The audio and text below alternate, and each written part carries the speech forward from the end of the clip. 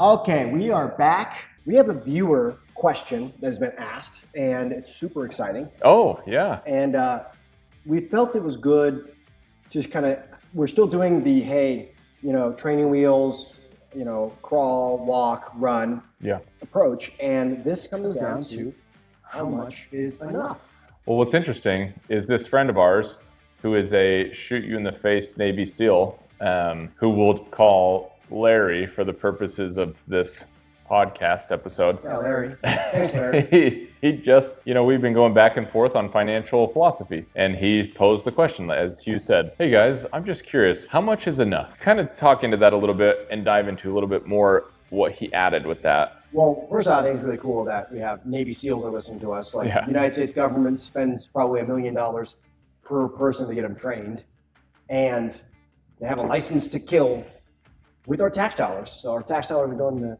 something useful at least. And they're listening to us, asking us our opinion. So one, we're just very humbled by that. Absolutely. But the reason we talked about it, why do we want to have it up front? Why do we want to talk about it now when we still haven't gotten people off the training wheels ground? And the question that was posed was, how much is enough? When I get out of the military, Larry was asking, when he gets out of the military, they want to go and they want to buy. I think he's also crushing it in real estate right now too, by the way. Yeah. Way to go, Larry. Yeah, he's got I think his net worth is $2 million. Yep. And he wants to take $1 million and go buy, whatever the 10 acre, whatever his dream version is, him, his family, and he was scared. He's like, it's half of my net worth. And that spawned this whole question. He said, when is it okay to stop the scaling mindset, and when is it okay to keep scaling?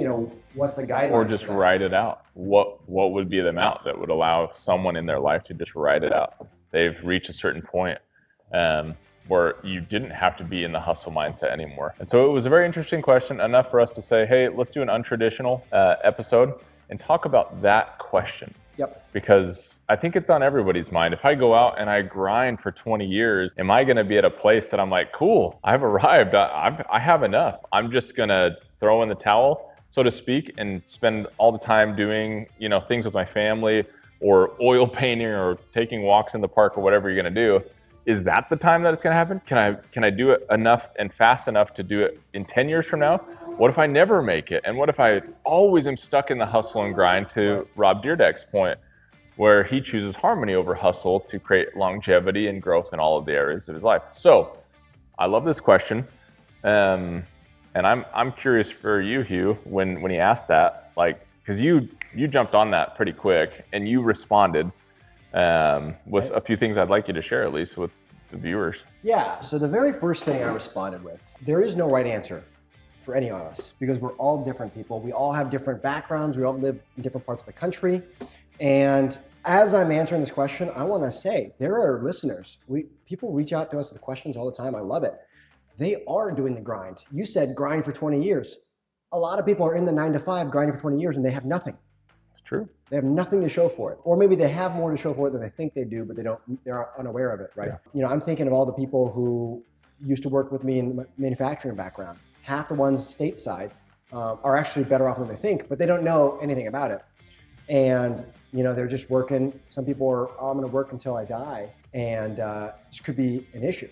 So I'm going to start off by saying that we're going to have to take a pause, because we're going to have to relocate right now. Well, and thank our sponsors, which are making the Missouri secret, and that's why there's no label on the can. No one knows what it is, but it's amazing. Today we are drinking a Midwest Secret.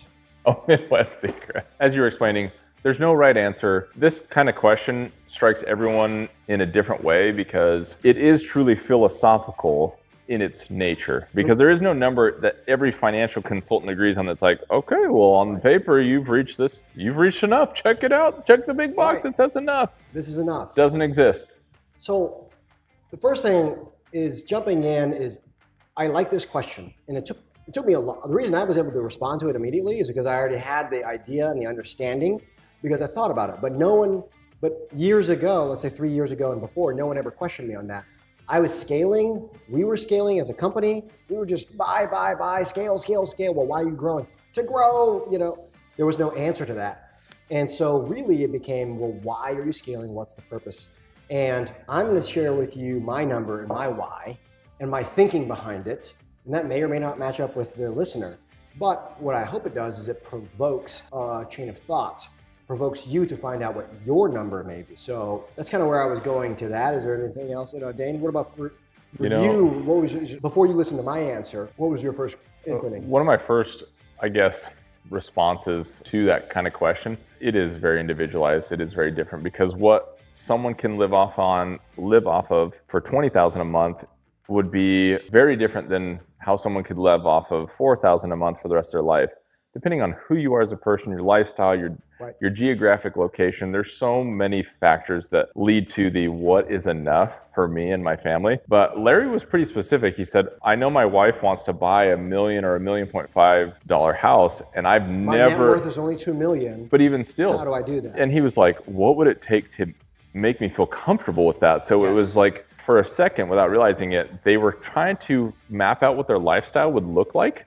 And that might be X house in X place. So you might have to ask some of those fundamental questions. It might be, what is enough for you? If you're married or have a spouse, absolutely. What is going to be enough for that partner? Because there's two people to that equation. And you start to put in the whole picture. You start to ask the right questions. Hey, sweetheart, what's enough for you? Like, what would make you feel like we've kind of arrived somewhere and all of our effort is paying off? And for him, like, again, it might be $1 million house. It might be a house on one of the coasts. We don't really know. And that's going to be drastically different than what you and I want living in the podunk Midwest. Right. If he's buying $1 million house and they're on the ocean, they're, I don't know, maybe they're in California or something, maybe by San Diego, that's going to be a very different $1 million house than if you're in the Midwest and you got 100 acres plus, awesome place. So one, we can't answer that, but he was almost asking us permission to spend the money or how to get comfortable with the idea of spending that kind of money. Him allowing himself to spend the money. Yeah. And he was like, I don't want to be in this frugal standpoint continuously while we're also simultaneously trying to scale. Well, and then, a lot of times when you ask yourself this question, you're going to run into thinking in today's terms without anticipating what the future really looks like. If you consider hyperinflation, which was part of my answer, one of the ways I answered that question, as I said, you're trying to solve a problem in today's thinking that none of us have an answer for in 20 years in the situation that we're gonna all be facing 20 years from now. Right. And you take something like, let's say your ideal was, I'm comfortable with $20,000 a month in revenue, and that's really my enough. Okay, we're thinking that's a big deal right now. Which blows people's minds. Absolutely. Right? A lot of our listeners, even me, I'm like, wow, that's a big number. It would be enough for, I would say, 95% of people that we know in today's dollars and in today's thinking. That is enough. But what's going to happen is if you fast forward 20 years, hyperinflation, just like when I hear of someone's parents or grandparents buying their house for 60 grand in California, I'm like, what? To them, that was big money. They would have been happy to retire with $5,000 a month coming in income, living where they're at. So you have to imagine whatever it takes to get you to where you think you're going to be or your enough is going to be, you are going to blow past that in milestone after milestone as the world changes and as your mindset changes and as our financial situation changes. So keep that in mind. Well, and again, I know we're still beating around the bush and not saying what our numbers are. Just more information before we get into it, because once you have that idea, we have a lot of listeners who are in the UK. We have a lot of EU listeners. We have a lot of people who are Canadian listeners. We have some Australian listeners, and one, that's cool. Welcome, thanks. But those geographic locations, right? $1 million in California in the United States is different than $1 million in Oklahoma in the United States. It's very, very different. So where do you want? What's the quality? But what's important to you? So first, I want you to imagine, what would your life look like? What would you do if you didn't have to work for money? That's the first thing you need to establish. Like Dane was saying, if you've got a family now and you're grinding and hustling, what is it going to be like when you're retired? Or if you're a single person, you're 20, you're 18, right? We're going to have a 21-year-old who's just killing it right now with a house hack. That person needs to think his number, probably needs to project a future spouse and kids, right? And so there's that. So enough beating around the bush. There's some tactics, but I was gonna kind of get at this. I don't think of $1 million as $1 million. Dane, what do I think of $1 million as? You think of $1 million in the realm of payments. What does it cost you to have $1 million? Right. Based off of a term. Right. Which is roughly $7 grand a month. Yeah. So when I hear it's $1 million, I don't hear $1 million. I hear $7,000 a month. I hear $7,000 a month. Yeah. When I take $1 million down to $7 grand a month, first off, I'm like, damn, that's a lot of money. But the second thing is something I can work towards. And so my answer to Larry was, if I were in your shoes, and this is me, not you, Larry, you're Larry, I'm Hugh. Hugh would not give a crap about what it is. Hugh would keep my $2 million or liquidate a portion so I can have a down payment to go buy $1 million thingy. And I will continue to invest until I can have enough money to cover my $7,000 a month down payment for whatever I want. Yeah, comfortably. Comfortably. Maybe I need $10,000 clearance. And so what that looks like is I've been investing continuously, aggressively for 5 years.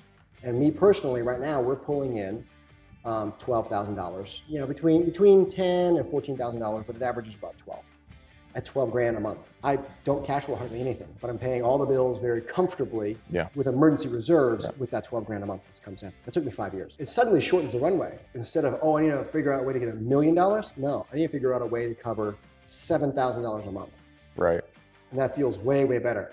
And if it's your forever home, it's going to be more like $600 or $5,500 a month. Yeah. If you have 30 years to pay and fixed and stuff like that. And what you're getting at there is it's a mindset change. It's being comfortable with what people deem as big or uncomfortable.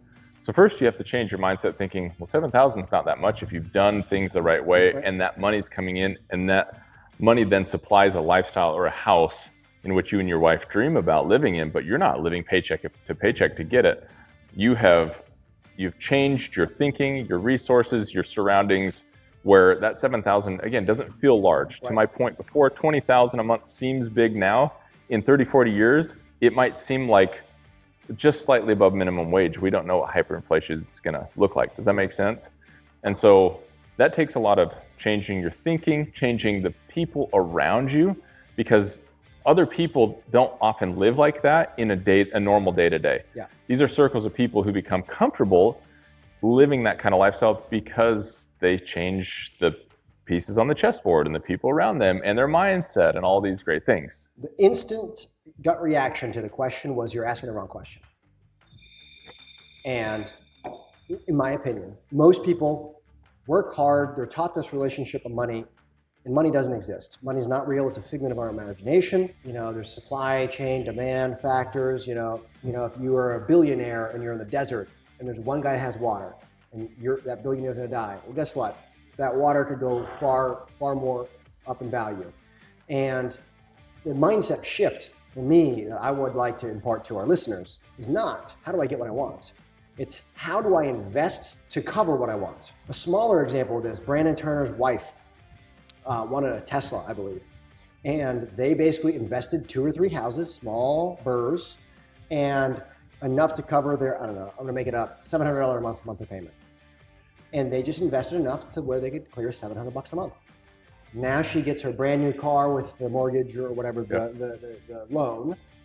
And I'm not saying you have to get a loan on this stuff. I'm saying, how do you change your mind shift away from, I have to sacrifice X to get Y, to how do I get all of it? Most of us are not taught that. That's why this is the FU Money podcast, the finances under control. First thing we're going to teach you is the basics. The next thing we're going to teach you is we're going to break your mind, because money's not real. I love that, break your mind. But you're 100% right.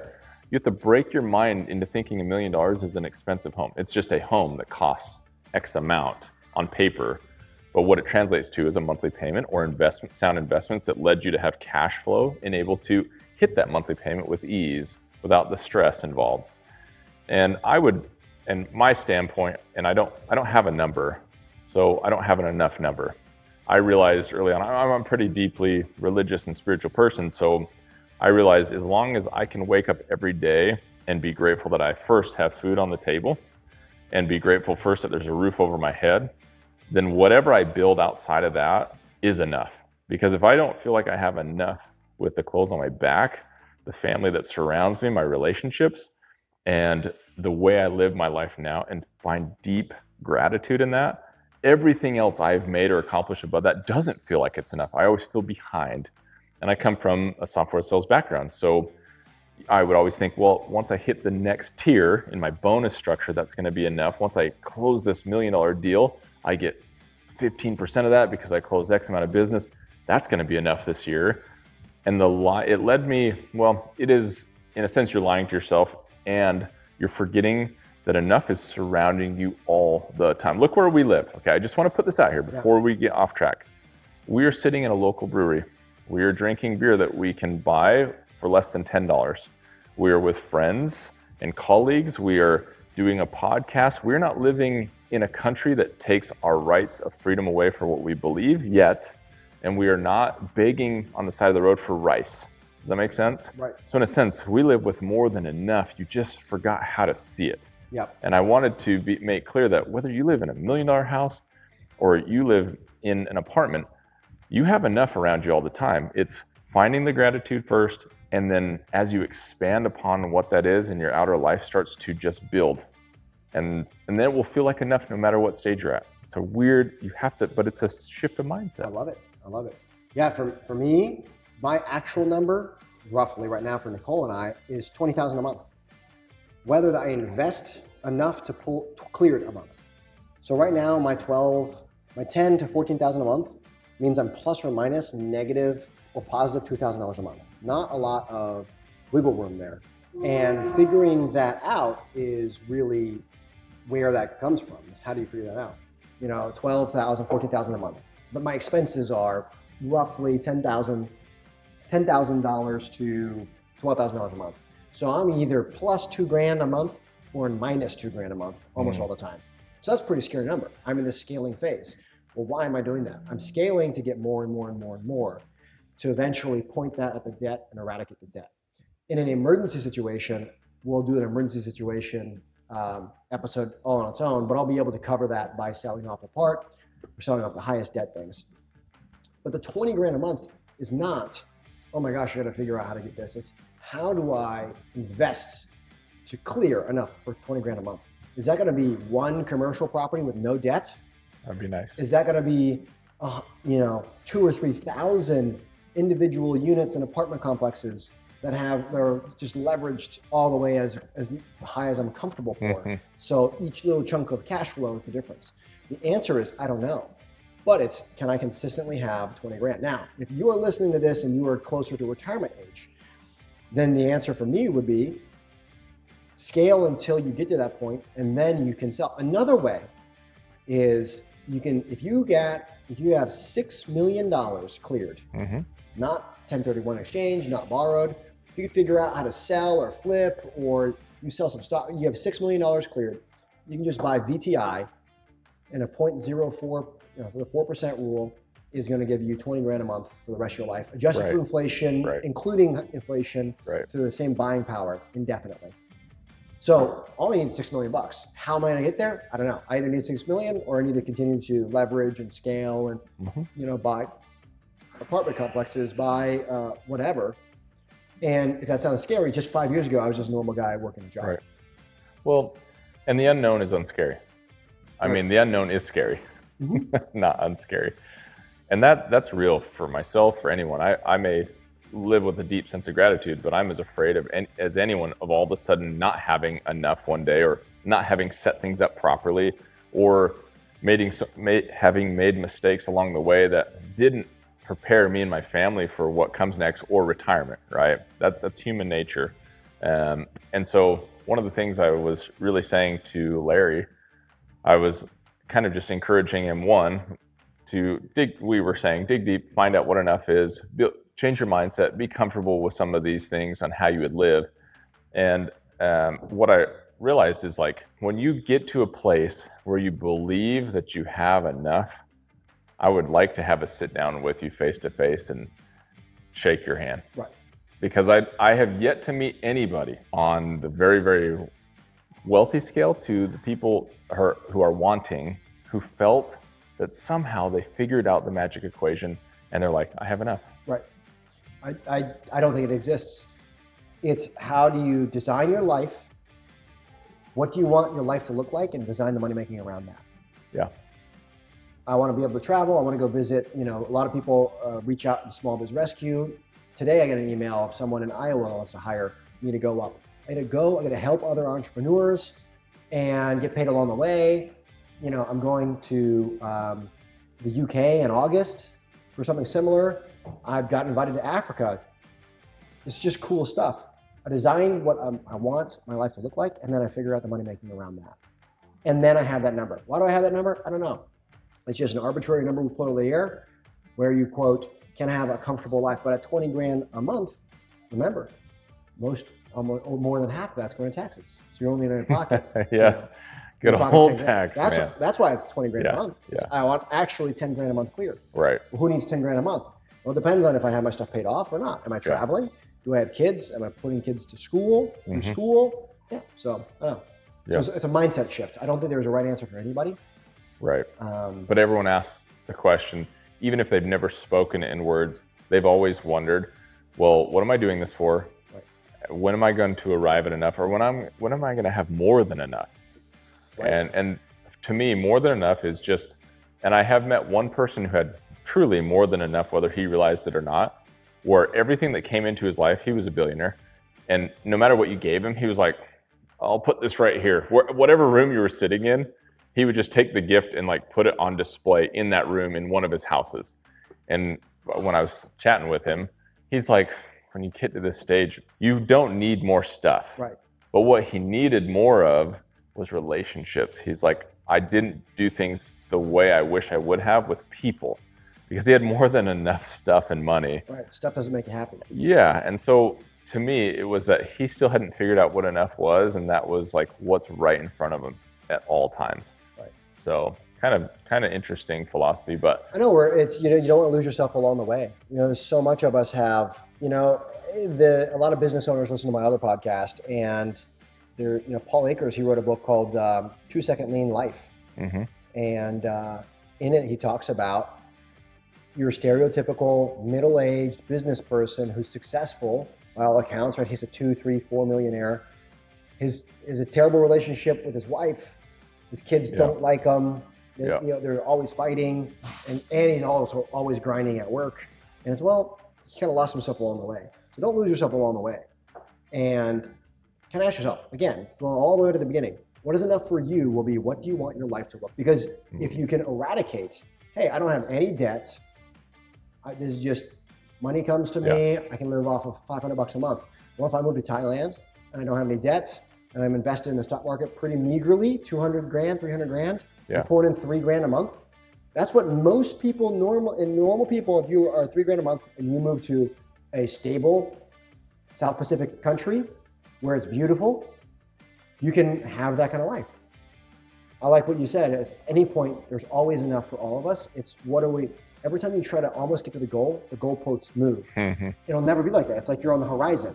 I'm going to walk until I see the horizon. I'm going to walk to that tree line. When you walk to the tree line, you see further and there's more trees. You keep walking. Yeah. It's always moving.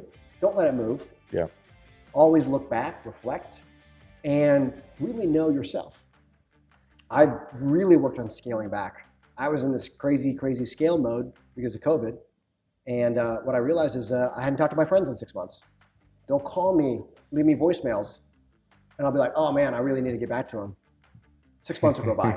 Crazy. I got a call like that today at your place, a young guy that I coached in the past. And he's like, oh man, I can't even believe, I meant to stay in touch with you every 6 months. It'd been 1.5 years. That's the last time I talked to him. And I was like, holy cow, life gets busy. We start pursuing enough, or we start pursuing these things. And the next thing you know, you blink and 1 year or more has gone by. Right. One thing you said that I think is really important that I didn't really consider in the pursuit of enough is no matter what level you reach, if you lose yourself, you won't ever reach it. So it's like kind of my updated, I think, description or definition of what is enough is arriving at a place that I have more than what I need, and I didn't lose myself or my family along the way to get it. Yeah. So I'm gonna create a hybrid after this conversation, or because of this conversation. So your number, okay, so if you could just pull a number out of your ear and guess, what would your enough number be? $1 million a year. $1 million a year? Yep. So that's $83,000 a month. Absolutely. Cleared or not cleared? Cleared. That is enough for me in every way, because even if I made $100 million as a business, I would only keep for myself $1 million and let the money and the accumulation do good in the world or good in the marketplace. It would be more than I would need, and I wouldn't allow myself to be someone who lives on more than that, even if it was available, because I believe as a human being, I think we do need limits. I think we do need some reality check. Yeah. Though my life would be comfortable, it wouldn't be like out of control. Well, the crazy thing too is you just said $1 million a year for you is enough. That's $83,000 a month. Yeah. I think Mine big, was 20. Hugh. I think big, Hugh. Okay. I didn't say I didn't have a number. I just said. But also the crazy thing is like, one, it's totally doable. Two, Yeah. you know, you didn't say US dollars, so Zimbabwe dollars, then you're probably way past that already. Yeah. But on a very real note, like it's a number, it's achievable, it's attainable. Yeah. And I don't know, actually I do know a few hundred millionaires. I don't think that they are going to have a better quality of life spending $160,000 a month than I'm going to say a relatively middle-class person spending 10 grand a month. Yeah.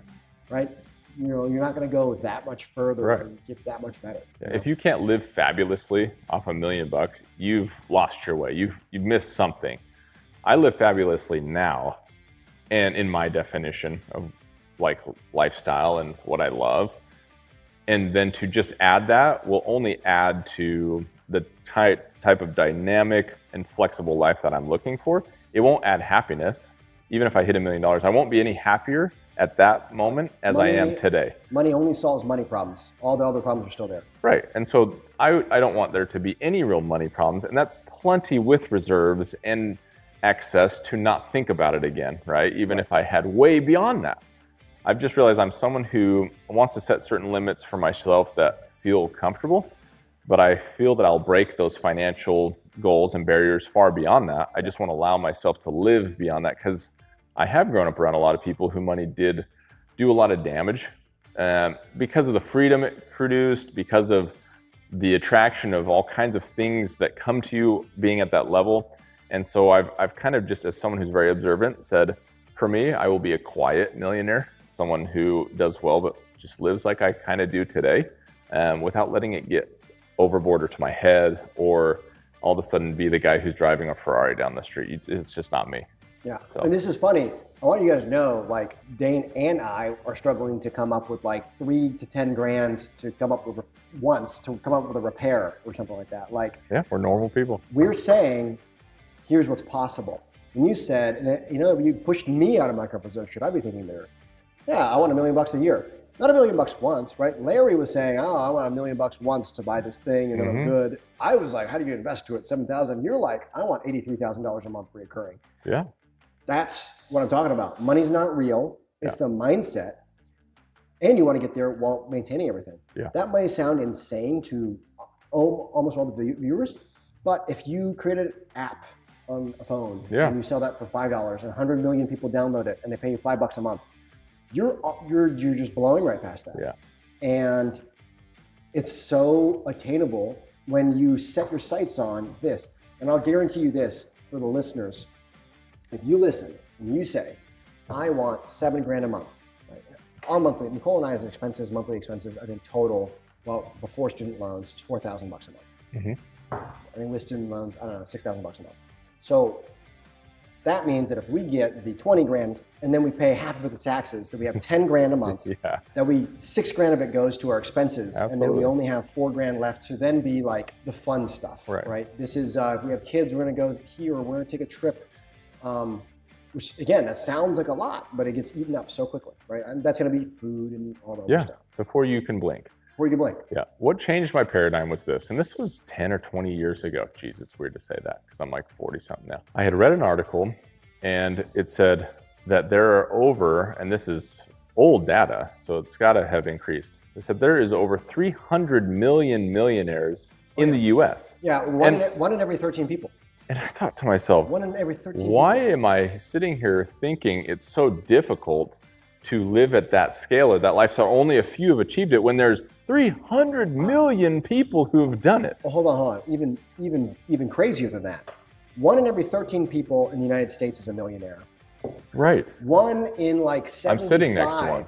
1 in 75 have a 6-pack. Yeah. It is literally harder to have a 6-pack by like multiples than it is to be a millionaire. Right. Part of that is mainly because the dollar's worth a lot less than it was when we were born. I think $1 million now is worth 480. It's less than half since I was born in 1990. But the crazy thing is, again, I know we're really meandering. We're going to get back to the tactics. Yeah. We're going to do the baby steps. This is exactly why the philosophy that we're talking about is why I disagree with the bulk of what Dave Ramsey teaches. if you're listening to our podcast, you're probably not a Dave Ramsey fan. And it's because what he teaches you is how to play the game by the rules where everything doesn't make sense. Yeah. And there's big caps on your ability. Yeah. If you follow the system, you'll do right, and then by the time you're 70, you'll retire and hopefully you have enough to live off of. But if there are very small levers you can pull, there are small tips and tricks, you can break the mold, break out, and very easily do that. And we are around people all the time. People that are smarter than us, people that are dumber than us. It is not hard to do. You just need to shift your mindset. So set that goal. Find out what your number is, and you'll blow past it.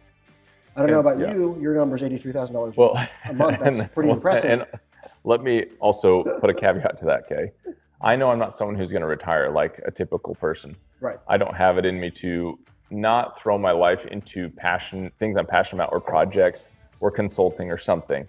So when I say $83 million a month, that is going to be a lifetime of work achieved that brought me to that level.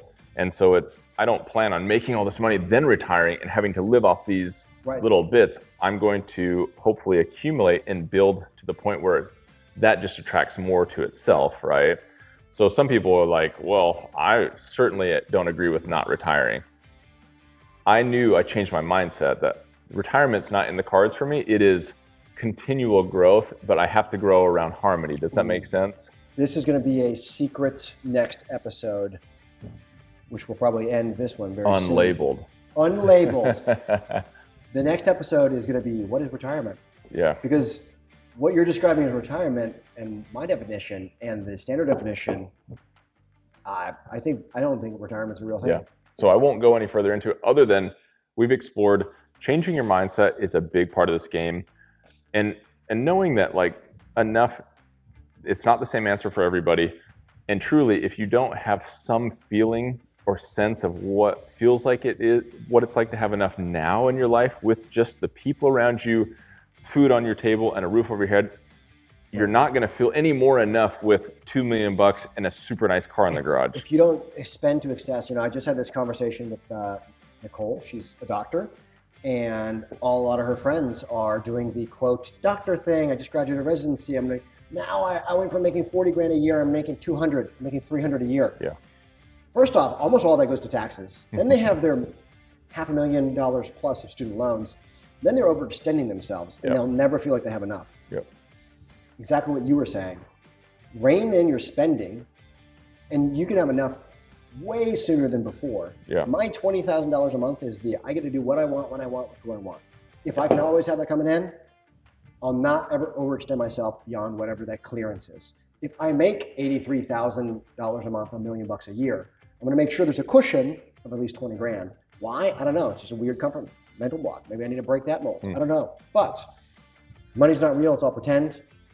Okay, going back to Larry. Larry asked the question, how do I give myself permission to spend this $1 million?